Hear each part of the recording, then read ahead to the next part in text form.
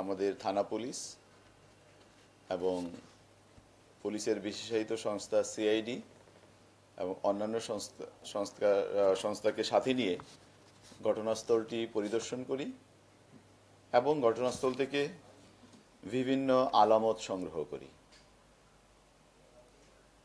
তাৎক্ষণিক যে সকল আলামত আমরা সংগ্রহ করি তার মধ্যে একটি গৃহস্থালিতে ব্যবহৃত একটি চাকু, ধারালো চাকু এবং ফুলের ভাঙ্গা টব, তার অংশবিশেষ আমরা জব্দ করি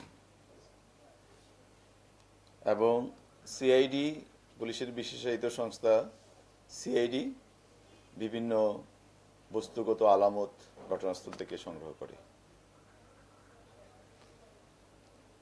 পরবর্তীতে একই দিনে 4 তারিখে এ সংক্রান্তে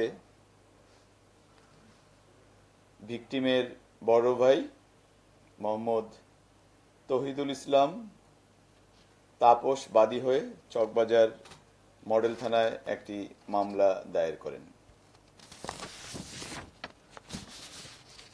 মামলা দায়ের পরবর্তীতেই আমরা ঘটনাটির অনুসন্ধান শুরু করি এবং অনুসন্ধানে আমরা পারিপার্শ্বিক যেসব আলামত আছে রাস্তায় বা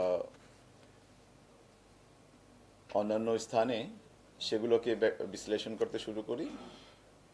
বিশ্লেষণ করে আমরা একজন মহিলা মানুষের সন্ধান পাই।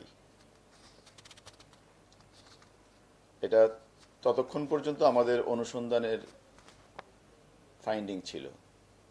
পরবর্তীতে মহিলার সম্পর্কে আমরা বিস্তারিত জানার চেষ্টা করি এবং তার সম্পর্কে খোঁজ খবর নিয়ে